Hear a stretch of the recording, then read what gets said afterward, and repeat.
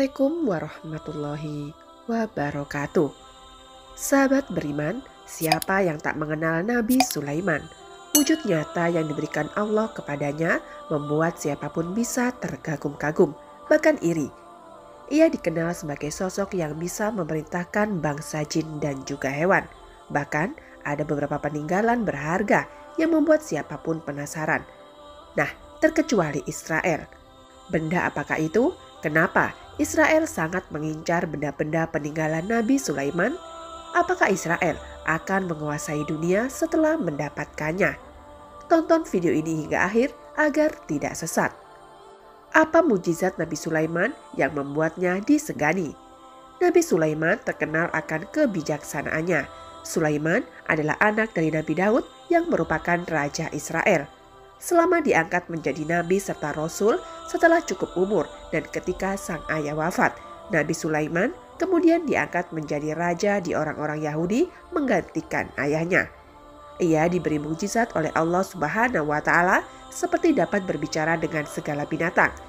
Hal ini dijelaskan dalam Al-Quran. Maka dia, Sulaiman, tersenyum lalu tertawa karena mendengar perkataan semut itu. Dan dia berdoa, "Ya Tuhanku, anugerahkanlah aku ilham untuk tetap mensyukuri nikmat-Mu yang telah Engkau anugerahkan kepadaku dan kepada orang tuaku, dan agar aku mengerjakan kebajikan yang Engkau ridhoi, dan masukkanlah aku dengan rahmat-Mu ke dalam golongan hamba-hamba-Mu yang soleh." Al-Quran Surat An-Naml ayat 19. Ia ternyata juga bisa mengendalikan makhluk halus seperti jin dan juga setan. Selain mujizat yang melimpah, Nabi Sulaiman adalah sultan yang bergelimang harta. Ia mempunyai istana megah yang dibangun secara gotong royong antar manusia, binatang, dan jin. Dinding istananya terbuat dari batu pualam, tiang dan pintunya dari emas dan tembaga, atapnya dari perak, hiasan dengan ukiran mutiara dan tinta berlian. Pasir di taman ditaburi mutiara, pantas saja umat Israel semakin terheran-heran dan penasaran. Bagaimana hubungan Nabi Sulaiman dan Israel? Meski dikenal banyak kebaikan, namun sayang orang-orang Israel malah kufur terhadap Nabi Sulaiman. Mereka mengingkari jika ia adalah Rasul utusan Allah.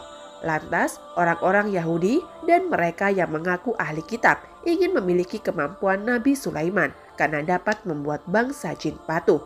Orang Yahudi pun menuduh, selain mempunyai sebuah kitab atau benda yang membuat mereka bisa sekuat Nabi Sulaiman. Melihat Yahudi sangat rakus, setan juga ingin menyusun ide. Setan sering naik ke langit untuk menguping pembicaraan dari para malaikat tentang kejadian apa yang akan dan sedang terjadi di bumi. Setelah mendengar beberapa percakapan setan, membumbui apa yang didengar dengan 70 kebohongan di setiap kalimat. Kalimat tersebutlah yang akan menjadi sihir.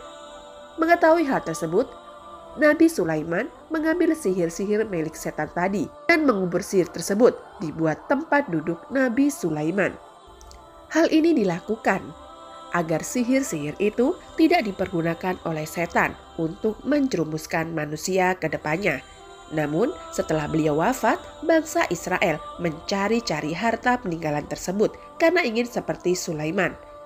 Setan kemudian membohongi orang-orang Yahudi dan ahli kitab mereka jika Sulaiman memang mempunyai kitab saat ia dikubur di bawah singgasananya. Setan memperdaya Israel jika kitab itulah yang membuat Sulaiman dapat menguasai manusia serta membuat jin dan setan patuh kepadanya. Bangsa Israel percaya dan mereka segera mencari kitab yang merupakan kumpulan ajaran sihir yang dikarang oleh setan. Allah berfirman, dan mereka mengikuti apa yang dibaca oleh setan-setan pada masa kerajaan Sulaiman. Padahal Sulaiman tidak kafir, hanya setan-setanlah yang kafir. Mereka mengajarkan sihir kepada manusia dan apa yang diturunkan kepada dua orang malaikat di negeri Babil, yaitu Harut dan Marut. Sedangkan keduanya tidak mengajarkan kepada seorang pun sebelum mengatakan, "Sesungguhnya kami hanya cobaan bagimu, sebab itu janganlah kamu kafir." Maka mereka mempelajari kedua malaikat itu apa yang dengan sihir itu. Mereka dapat menceraikan antara seorang suami dengan istrinya dan mereka itu tidak memberi mudorot dengan sihirnya kepada seorang pun kecuali dengan izin Allah. Dan mereka mempelajari sesuatu yang tidak memberi mudorot kepadanya dan tidak memberi manfaat. Demi sesungguhnya mereka telah meyakini bahwa barang siapa yang menukarnya kitab Allah dengan sihir itu tiadalah baginya keuntungan di akhirat. Dan amat jahatlah perbuatan mereka menjual dirinya dengan sihir kalau mereka mengetahui. Al-Quran Surat Al-Baqarah ayat 102. Peninggalan apa yang paling diincar Israel dari Nabi Sulaiman? Dalam sejarah ada sebuah kitab tabut perjanjian, Art of the Covenant, yang amat populer. Inilah yang menjadi salah satu benda paling dicari dari masa Nabi Sulaiman, sebuah kotak kayu berisi dual batu bertuliskan 10 perintah Tuhan yang didapat Nabi Musa di Gunung Sinai. Seorang profesor dari University of St. Andrews, Jamil Davila, mengklaim berhasil menerjemahkan sebuah teks berbahasa Ibrani bernama Treatise of the Vessels, Risalah Kapal, yang berisi pesan bahwa kuil Solomon, tempat penyimpanan harta karun tersebut, kemungkinan tersebar di wilayah Timur Tengah, ada di lokasi tanah Israel di Babilonia, dan sisanya dikirim ke malaikat. Kecil salah kapal juga menyebutkan harta yang dicari-cari telah disembunyikan oleh Syumur, salah satu dari 12 suku di Israel dan para sahabat. Namun ternyata harta tersebut disembunyikan Syamshil dan malaikat lainnya.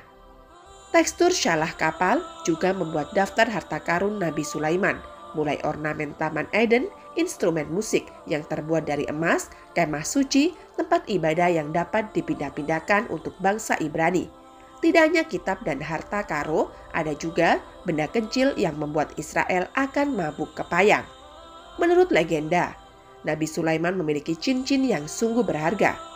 Selain bernilai tinggi, cincin tersebut konon juga memiliki kekuatan magis, bisa mengendalikan roh dan setan.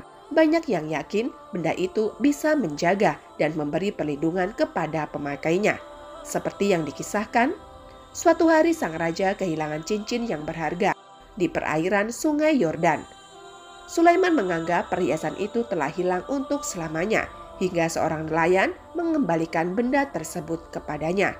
Cincin tersebut ditemukan di dalam badan ikan. Keberadaan cincin berharga itu kini jadi misteri. Konon, ia ikut dimakamkan di sisi jenazah Nabi Sulaiman, sementara keberadaan makam Nabi belum diketahui hingga sekarang. Desas-desus zaman menyebutkan barang siapa yang menemukan cincin tersebut, maka ia akan menjadi penguasa dunia. Tak heran, banyak orang mencari di mana keberadaan cincin Nabi Sulaiman.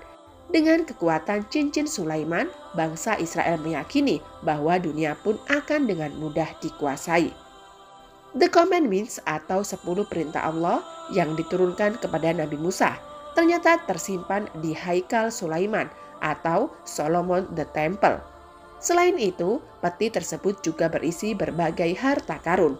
Kabar itu pertama kali disebarluaskan pada abad ke-19 oleh penulis Rider Haggard dalam novel Petualangan King Solomon Maines yang diterbitkan bertepatan dengan penemuan arkeologi, seperti situs-situs kuno di Timur Tengah dan Afrika. Setengah abad kemudian, arkeolog Amerika Nelson Glueck menemukan bahwa ia telah berada di tambang Sulaiman di Great Rift Valley, dekat perbatasan modern antara Israel dan Yordania. Namun teman-teman, tersebut tidak dipenuhi emas, melainkan biji tembaga yang menurut Glueck adalah sumber kekayaan Sulaiman. Hanya saja karena Glueck tak mampu mengkaitkan bukti arkeologis itu dengan yang tertera pada kitab suci, para sejarawan modern mengabaikan tamen itu. Akhirnya, lokasi benda-benda peninggalan Sulaiman pun masih menjadi misteri hingga sekarang. Sahabat beriman, Israel mungkin saja melakukan apapun untuk menguasai dunia. Sanggupkah mereka mendapatkan benda-benda keramat tersebut? Wallahu a'lam bishawab. Wassalamualaikum warahmatullahi wabarakatuh.